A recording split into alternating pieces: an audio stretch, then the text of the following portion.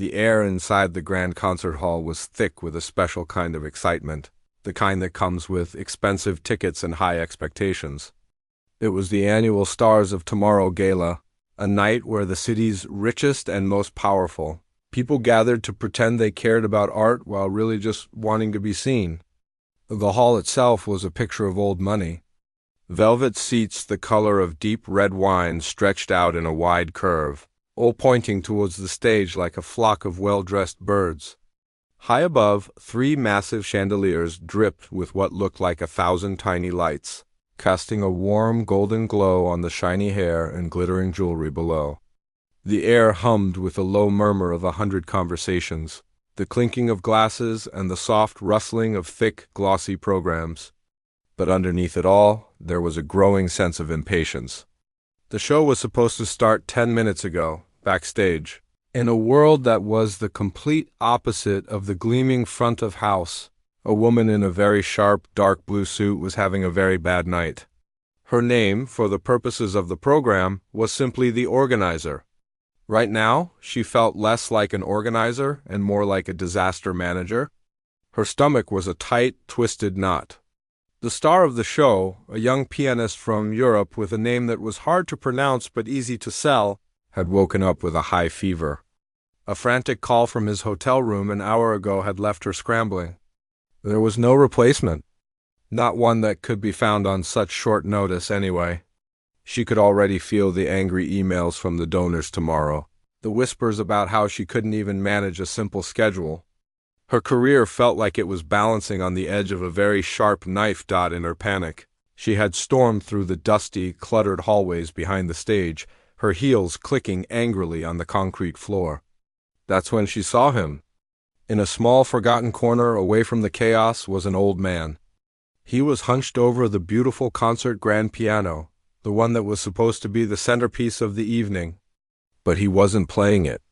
He was listening to it, his ear close to the wooden frame, one hand gently pressing a key while the other turned a tiny pin with a small wrench. He was the piano tuner.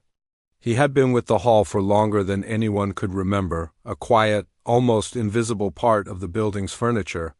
He was in his late 70s, with a head of thin, white hair and a face that was a soft map of wrinkles. He wore an old tweed jacket that had seen better decades, and his fingers, though gnarled with age, moved with a gentle, practiced certainty. An idea, born of pure desperation, popped into the organizer's head. It was a crazy idea, a terrible idea, but it was the only idea she had. She marched over to him, her heart pounding in her chest. The old man didn't notice her at first, so focused was he on his work. She had to clear her throat loudly to get his attention. He looked up, his eyes a pale, watery blue, and a look of mild surprise crossed his face. "You," she said, her voice coming out sharper than she intended. "Can you play this thing? I mean, really play it. Not just tune it." The old man blinked slowly. He placed his wrench carefully on a soft cloth next to him.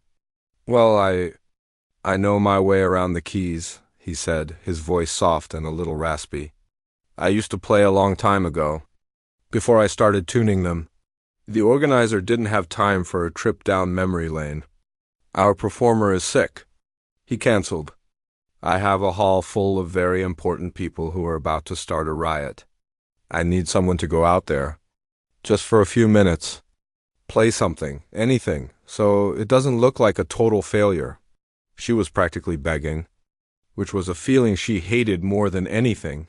The old man looked from her desperate face to the vast, empty stage and then down at his own worn hands resting in his lap. Him? Play on that stage? In front of all those people?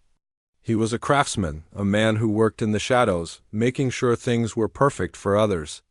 He hadn't performed in front of a crowd in over 50 years, not since he was a young man with big dreams that had slowly faded into the quiet reality of a steady job. The thought of it made his hands feel clammy and his heart beat a little too fast. "I don't know," he started to say, but the organizer cut him off. "Please," she said, the word tasting foreign in her mouth. "Just 10 minutes. I'll tell them you're a last-minute classical virtuoso. They won't know the difference. Just save me from this disaster." There was something in her eyes, a raw desperation that he couldn't ignore.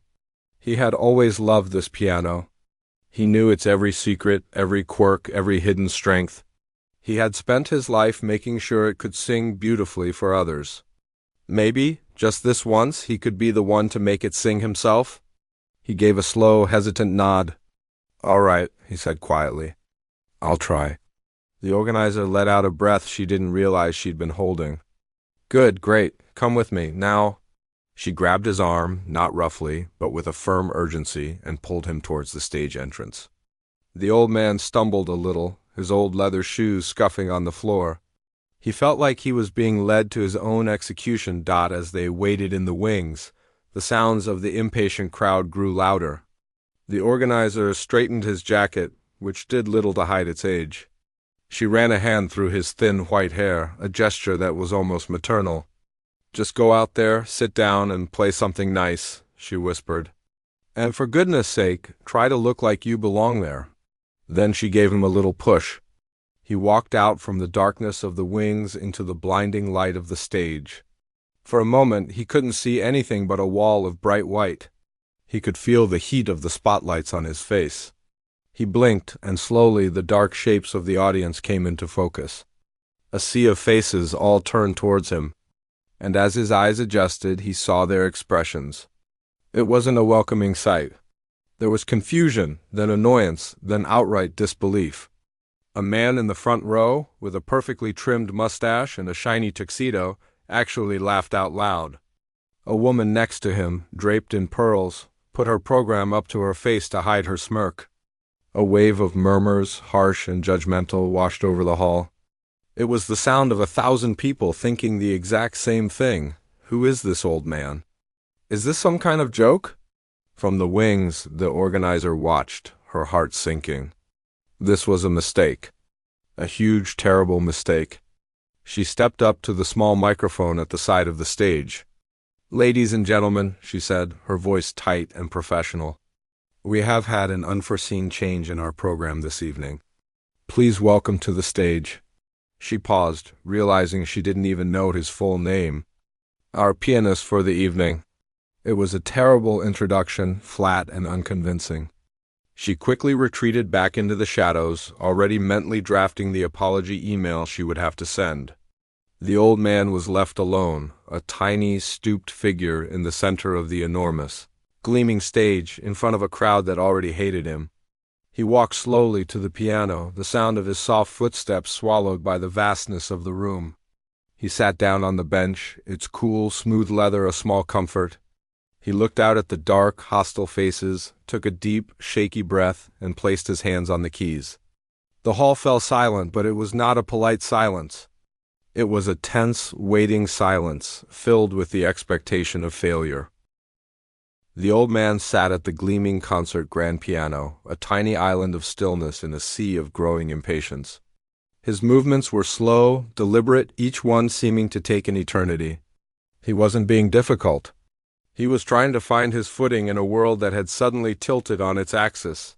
For over 50 years, his relationship with this piano had been private, a quiet conversation between a craftsman and his instrument. He knew its voice, its moods, the way the wood would swell on a humid day and how a certain string would always be a little bit sharp. Now, he was being asked to have that conversation in front of 1,000 strangers, and the pressure was immense. He ran his gnarled fingers along the smooth, cool edge of the keyboard, a gesture of familiarity and comfort. It was like touching an old friend's hand before walking into a battle. He spent what felt like a lifetime adjusting the bench. He would inch it forward, then back, then to the side, his head tilted as if listening for some secret signal from the floor itself.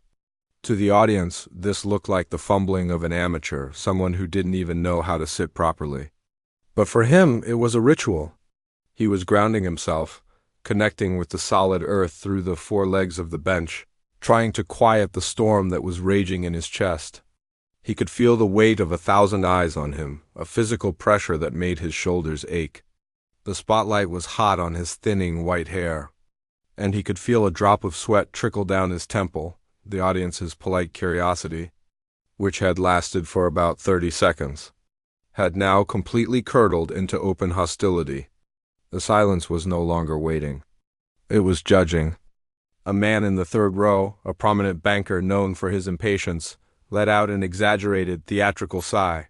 He pulled a gold pocket watch from his waistcoat, clicked it open with a flourish, and stared at it as if willing the hands to move faster. The woman next to him, draped in a diamond necklace that probably cost more than the old man's house, leaned over and whispered something that made her companion snicker. The sound was sharp and ugly, and it carried in the acoustically perfect hall. Soon the whispers spread. It started as a low murmur, like water beginning to boil. "Is this part of the show?" A young man in a trendy suit asked his date. "I hope not," she replied, loudly enough for the people around them to hear. "I paid a lot of money for this." The murmurs grew into a low, angry grumble, the sound of a crowd that felt cheated. People started shifting in their velvet seats, the soft creak of leather adding to the noise. A man near the back coughed, not a real cough, but a short, sharp bark of disapproval. Then another person joined in. Soon a chorus of coughs and throat clearings echoed through the hall. A percussion section of impatience. The rustling of the thick, glossy programs became the soundtrack of the room. People who had already read them were now flipping through them again, the pages making a sound like 1,000 dry leaves skittering across pavement. It was a nervous, agitated sound. A few people got up, muttering excuses as they made their way towards the lobby, not even bothering to be discreet. They were leaving. The spectacle of the old man on stage was not worth their time. The air, which had been filled with excited anticipation just minutes before, was now thick with disappointment and contempt. It was a heavy, suffocating blanket of negativity, and it was all directed at one small, still figure at the center of the stage. From the wings, the organizer watched in horror. Her face was a mask of frozen panic. This was a disaster, a complete and utter catastrophe. She could feel the career she had so carefully built crumbling around her. She could already see the headlines in the society pages. Gala of the future turns into a comedy of the past. Her hands were clenched into such tight fists that her perfectly manicured nails were digging into her palms. She caught the eye of a young stagehand who was standing nearby, his face a mixture of pity and fear. She gave him a sharp, almost invisible nod towards the old man, and then made a subtle, cut-it gesture with her hand across her throat. The message was clear: be ready to get him off the stage. The stagehand nodded back, his expression grim. He didn't want to be the one to drag an old man off a piano, but he also didn't want to lose his job. The tension in the room was now a physical thing. It was like a stretched rubber band, pulled so tight that it was vibrating, ready to snap at any second. The organizer felt like she couldn't breathe. She was just about to give the final signal, to march onto the stage herself and make a humiliating apology when something strange happened. The old man, who had been so still, finally moved. He closed his eyes. It was a simple movement, but it changed everything in that instant. By closing his eyes, he shut them all out. The hostile faces, the judgmental stares, the man with the watch, the whispering women, they all disappeared. He was no longer in a grand concert hall. He was in a small, warm room with just him and the piano. His hands, which had been resting in his lap, slowly rose and hovered over the keys. They didn't look like the hands of an old man anymore. They looked like the hands of a sculptor, poised to create something beautiful. The knuckles were a bit swollen, the skin a bit thin, but there was a power in them, a history of a lifetime spent making music. The audience saw this final pause as the last straw. To them, it was the ultimate sign of incompetence. He had forgotten the notes. He was frozen with fear. A few people actually started to laugh, a cruel, nervous titter that rippled through the first few rows. The organizer's hand shot up, ready to give the final, desperate signal to the stagehand. The rubber band was about to snap, but the old man wasn't frozen. He wasn't afraid. He was listening. He was listening to the silence, to the memory of the music that lived inside him, to the quiet voice of the piano that only he could hear. He was taking a deep breath before diving into a deep, deep ocean. The entire world, with all its noise and its cruelty, had faded away. There was only him, the keys, and the story he was about to tell. The hostile crowd, with their coughs and their whispers, had mistaken his profound focus for their own expected failure. They were waiting for him to fail, but he was preparing to show them what it meant to truly succeed. The air in the hall was electric, charged with a tension that was no longer just impatience, but a strange, unknowing anticipation. The moment was stretched, suspended in time, a heartbeat away from something extraordinary. Just as the organizer's hand was about to shoot up in the air, a final, desperate signal to end the nightmare, the old man's hands descended. They didn't fall gently. They struck. The sound that erupted from the piano was not a melody. It was an event. It was a physical force, a thunderclap in a small room, a tidal wave of pure, unapologetic sound that slammed into the audience and stole the very air from their lungs. A cascade of thunderous, complex chords exploded from the instrument, so powerful and unexpected that people physically flinched in their seats. The man with the gold watch dropped it with a clatter on the marble floor, completely forgotten. The woman with the pearls let out a tiny, involuntary gasp, her hand flying to her throat. The collective, hostile murmur that had filled the hall was vacuumed out in a single, deafening instant, replaced by a silence that was far more profound and absolute. The sound was not just loud. It was alive. It had a raw, untamed power that seemed to shake the very foundations of the grand old hall. You could feel it in your chest, a deep, vibrating hum that resonated in your bones. It was the musical equivalent of a door being slammed open, a declaration that someone important had arrived and was demanding to be heard. The notes were not neat and tidy. They were fierce, crashing into each other with a beautiful, controlled chaos. It was the sound of a storm breaking, a sound that was both terrifying and thrilling. For a moment, no one in the hall could think. They could only react. Their brains were trying to process what their ears were hearing, and the two things didn't match. This sound was not coming from the frail old man they saw on stage. It was coming from somewhere else, someplace deeper and more powerful, from the wings. The organizer stood frozen, her hands still half raised. Her expression, which had been a mask of professional panic, had dissolved into one of sheer, unadulterated disbelief. The signal she was about to give died on her lips. Her arm, which had been tense and ready, felt suddenly heavy and limp, falling to her side. All her carefully laid plans, her fears about her career, her anger at the situation, it all vanished, washed away by the flood of music that was pouring from the stage. She wasn't a disaster manager anymore.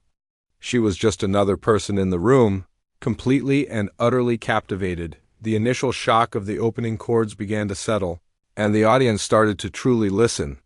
And what they heard was unlike anything they had ever experienced before.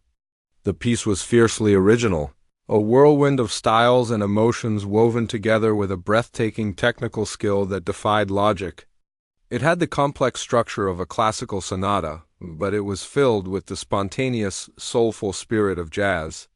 Blue notes, unexpected and full of longing, were nestled next to runs of lightning-fast scales that were so perfect they seemed impossible.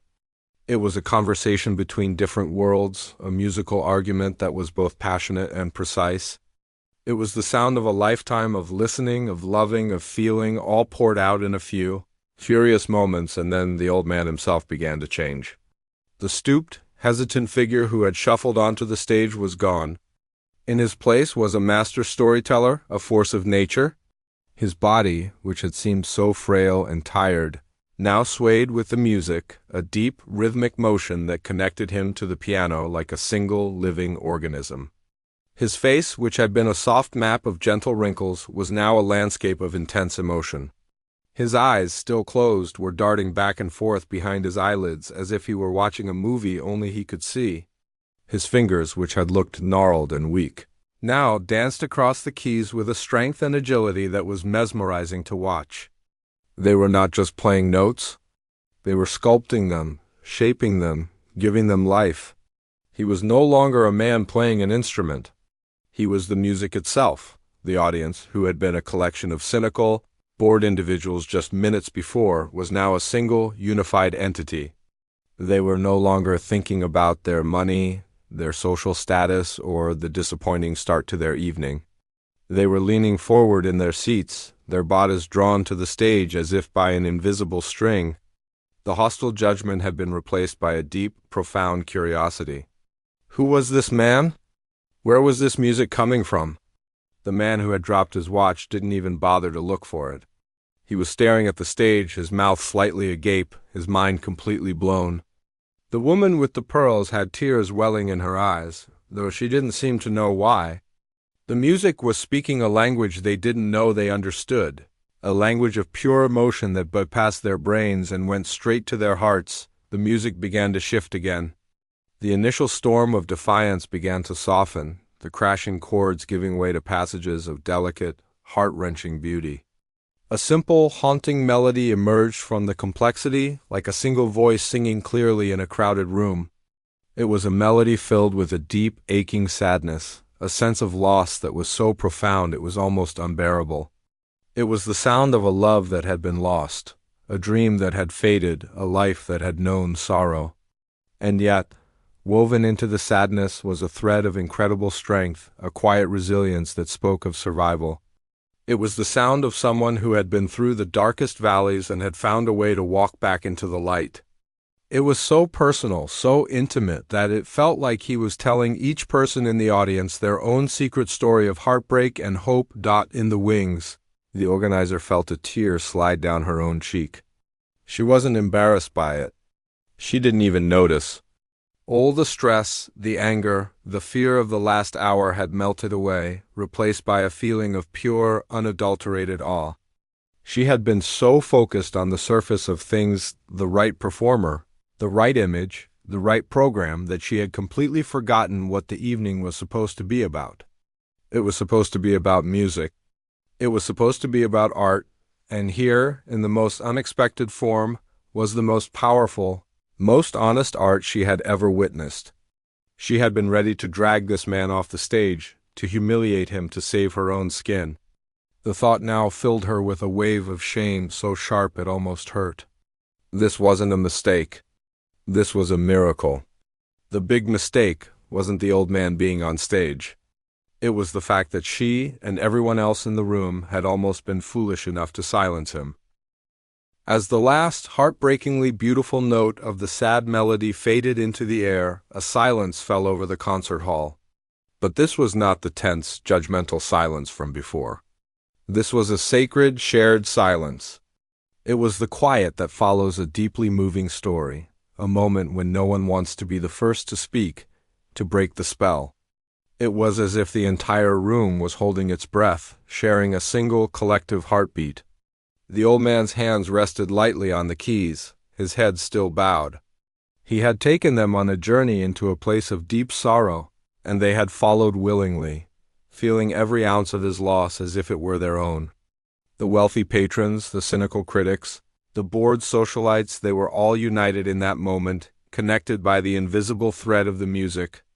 The woman with the pearls was no longer just crying. She was quietly sobbing, her shoulders shaking, not bothering to hide her face. The man who had dropped his watch was still staring at the stage, but his hard, impatient expression had been replaced by one of soft, vulnerable wonder. Then, just as the silence was about to become unbearable, the old man's fingers began to move again. They didn't strike a loud chord this time. Instead, they coaxed a new sound from the piano, a gentle, rhythmic pulse that felt like a heartbeat. It was a bluesy, soulful rhythm, full of a swagger and a swing that seemed to have its own life. A simple, hopeful melody began to weave its way through the rhythm, like a green shoot pushing its way up through cracked pavement. It was a sound of resilience, of getting back up after being knocked down. It wasn't a naive, happy tune. It was a more complicated kind of joy, an earned joy that knew all about sadness, but had chosen to dance anyway. The change in the atmosphere was immediate and magical. The heavy weight of sorrow began to lift, replaced by a feeling of gentle, infectious optimism. A young man in the back, who had been slouched in his seat with an air of boredom, found himself unconsciously tapping his foot. A smile, small and hesitant at first, touched his lips. The woman next to him, his date, nudged him with her elbow and smiled back. A real smile this time, not the polite one she had been wearing all evening. The music was speaking to them in a way that felt modern and real, a story they could connect to.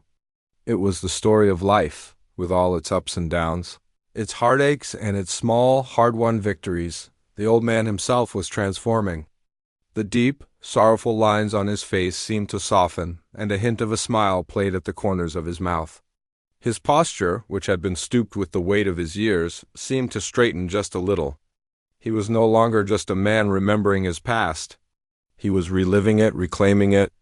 He was the young man he once was, full of fire and dreams, but with the wisdom of the old man he had become. His fingers moved with a new kind of energy, a playful, almost mischievous spark. They would tease a melody, then let it go, only to catch it again in a different key. He was having a conversation with the piano, a joyful, lively debate filled with laughter and knowing glances from the wings. The organizer felt a warmth spread through her chest that had nothing to do with the hot stage lights. She was watching the faces in the audience, and what she saw was more valuable than any donation, more impressive than any famous performer. She saw people connecting. She saw barriers breaking down. The man with the gold watch, who had been so focused on time and status, was now leaning forward, a look of pure, childlike delight on his face. The group of young socialites who had been whispering and giggling at the beginning were now completely still, their faces illuminated with a genuine awe. They were all in it together. This was what a Stars of Tomorrow gala was supposed to be about, not just showcasing talent, but creating a moment of shared humanity. And it had taken an old man, a piano tuner, to show them that. She felt a profound sense of gratitude towards him and a deep, humbling regret for her initial desperation and disrespect. The music continued to build, growing in complexity and confidence. The bluesy rhythm began to incorporate elements of a lively folk dance, a tune that felt both ancient and brand new. It was a celebration of life, a testament to the unbreakable human spirit. The old man's hands were a blur of motion, one moment playing a thunderous, rhythmic bass line with his left hand, the next moment soaring up the keyboard with a series of dazzling, joyful runs with his right. He was no longer just playing the piano. He was conducting an orchestra of emotions, and the entire hall was his instrument. The audience was no longer just listening. They were participating. People were nodding their heads in time with the music.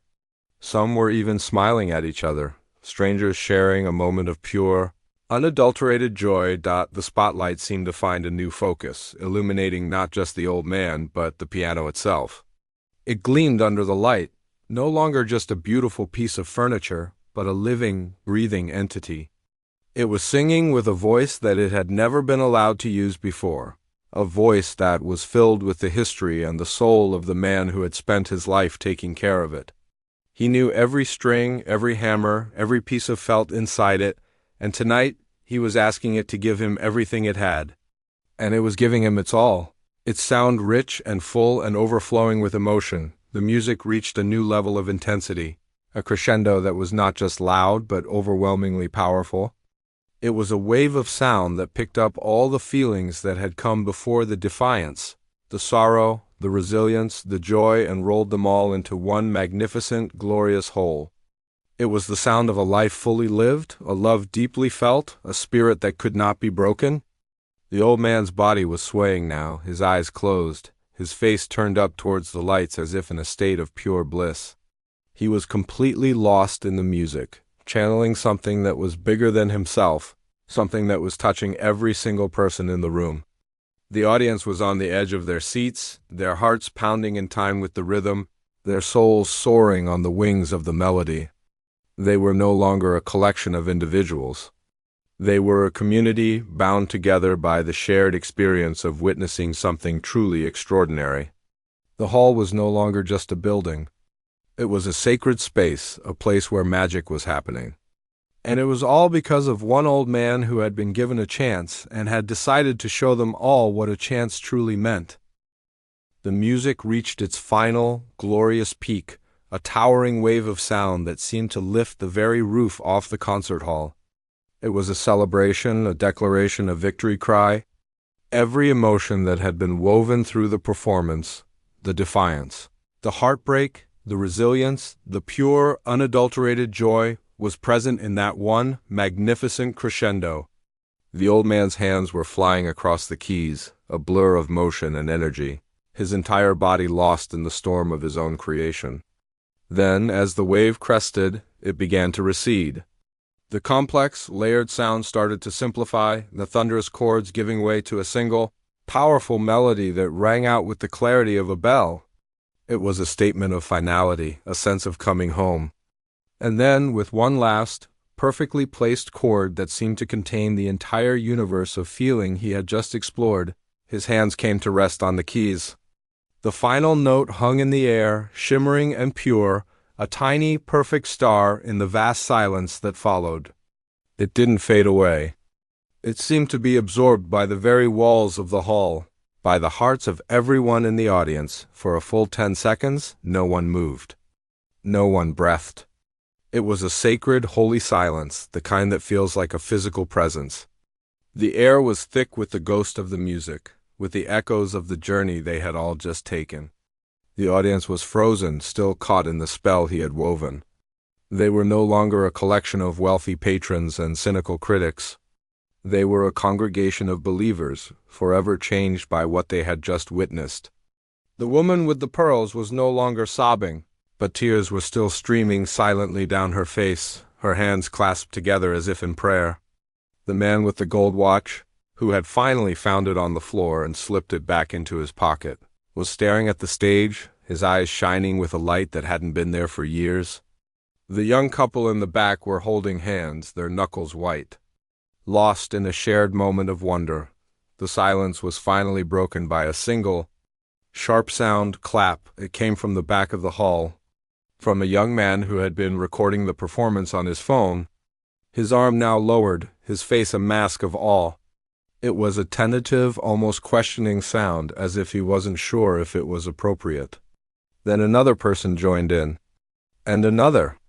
Like a handful of pebbles starting an avalanche, the claps began to multiply, growing in speed and volume until they became a roar. It was not the polite, obligatory applause the audience usually gave. This was something different. This was a tidal wave of sound, a physical force that erupted from the souls of 1,000 people who had just been profoundly moved. It was an explosion of gratitude, of admiration, of pure, unadulterated love, and then they started to stand. First one person, then another, then a whole row, until the entire hall was on its feet. It was a thundering, unanimous standing ovation that shook the chandeliers and rattled the windows. People were shouting "Bravo!" and "Encore," their voices raw with emotion. Some were waving their programs in the air, others were simply clapping with their hands held high, their faces turned to the ceiling as if to thank the heavens. The sound was overwhelming. A deafening roar of approval that was the most beautiful music the old man had ever heard. On stage, the old man slowly opened his eyes. For a moment he looked dazed, as if waking from a long, vivid dream. He saw the wall of sound, the sea of standing figures, the blur of faces all turned towards him. A look of pure, unadulterated confusion crossed his face. He blinked slowly, as if trying to make sense of the scene in front of him. He had been so lost in the music, so completely immersed in his own world, that he had forgotten where he was. He had forgotten about the audience, about the gala, about his own fears. He had just been playing, telling a story that he had held inside him for a lifetime. The sheer force of their reaction was a shock to his system. He slowly lifted his hands from the keys and placed them in his lap, a shy, almost childlike gesture. A slow, hesitant smile spread across his face, a smile of disbelief and profound, touching gratitude. He slowly stood up, his old knees creaking a little, and gave a small, awkward bow. The roar of the crowd only grew louder. From the wings, the organizer watched, tears streaming down her face. She was not crying from stress or shame anymore, but from a feeling of pure, unadulterated joy. She had never seen anything like it. She had never felt anything like it. Without a second thought, she rushed onto the stage, her sharp suit and professional demeanor forgotten. She didn't care about the protocol or the schedule. She ran to the old man and wrapped her arms around him, pulling him into a tight, heartfelt hug. The old man stiffened in surprise, then slowly relaxed, patting her awkwardly on the back. The audience roared its approval at this public display of affection, this acknowledgement of the miracle they had all just witnessed. The organizer held him at arm's length, her hands on his shoulders, and looked him in the eye, her own eyes filled with tears. "Thank you," she whispered, her voice choked with emotion. "Thank you so much." He just smiled his shy, gentle smile, a man who was still not quite sure what all the fuss was about. The next morning, the world woke up to the sound of the old man's piano. The grainy cell phone videos shot from the back of the hall had gone viral. There were dozens of them, each from a slightly different angle, but they all captured the same raw, incredible magic. There was no professional polish, no slick editing. It was just a man and a piano and 1,000 people having their minds blown. The headlines were everywhere. The piano tuner who brought a gala to its knees. The most incredible 10 minutes in music history. They tried to kick him off stage. Big mistake. The internet was in a frenzy. Who was this man? Where did he come from? The comment sections were filled with stories from people who claimed to know him, who had seen him quietly tuning pianos for years. Never knowing the genius that lay hidden inside him, the old man's quiet life was turned upside down. His small, simple phone, which usually only rang with calls from his daughter, was now ringing off the hook. It was record labels, talk show producers, agents, and journalists, all wanting a piece of the man who had become an overnight sensation after 50 years of silence. He was invited to play on the biggest stages in the world, to record an album, to share his story. He was no longer an invisible craftsman. He was a star. The big mistake wasn't just the organizer's near-fatal decision to pull him off stage. It was the world's mistake of not listening, of overlooking the quiet, unassuming people who walk among us, carrying within them a universe of beauty and talent, just waiting for a single moment, a single chance to be heard. And for one old piano tuner, that chance had finally come.